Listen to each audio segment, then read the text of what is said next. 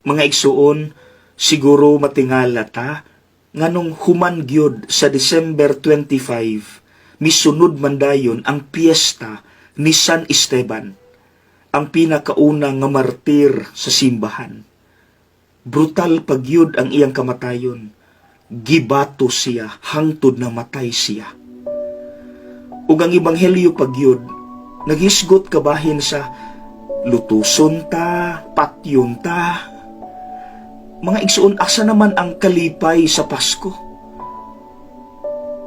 Simple lang ang tubag, mga igsuon.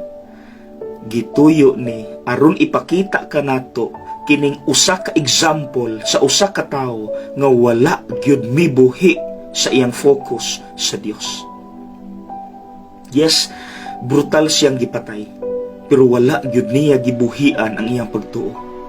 In fact, sa dihang gibato na siya, nakaingon pa man gyud siya, Lord Jesus, receive my spirit.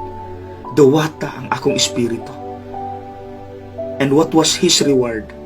Unsa gani ang giingon ni Jesus sa ebanghelyo aning adlaw, December 26? Ang magpadayon hangtod sa katapusan maluwas.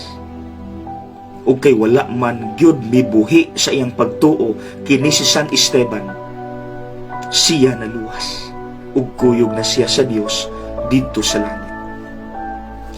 Mga igsuon, wala kitay angay kabalakan.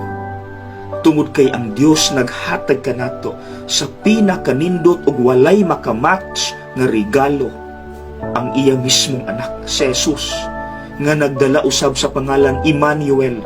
Unsa gani meaning? God is with us. So mga igsuon, focus lang gyud unta taniya. Bitbito nato kada adlaw ang mensahe sa Pasko. Unsa gani ang usa sa mga mensahe sa Pasko? Hope, paglaom, nga siya, si Kristo ang kahayag, nga bisag unsaon og tintal sa yawa nato, kada adlaw ra ba sila manghilabot, di gyud na sila kapildi nato. Ug mauna nga paglaom ang nakapalahutay ni San Esteban hangtod sa katapusan niyang gininhawa. So mga igsuon, atong tapuson kining atong pamalandong pinaagi sa pag-offer nako sa usa ka pag-ampo nga mauy salmo aning adlaw, December 26.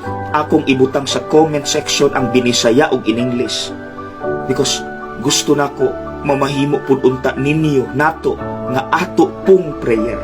Kay kini nga prayer, usa ka prayer nga tao nga lalom kaayo ug paglaom, pagsalig sa Dios.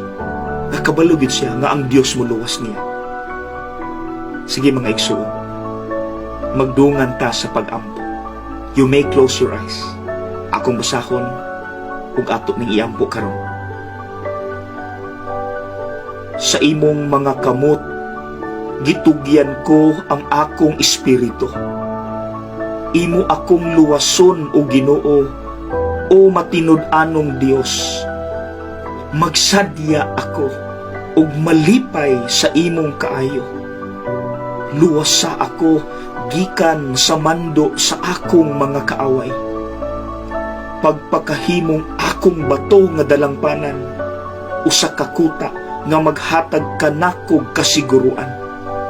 Luwasa ako diha sa imong kaayo. Amen. What a beautiful prayer. Mga igsuon, may this be our prayer too. Okay? God bless. Merry Christmas.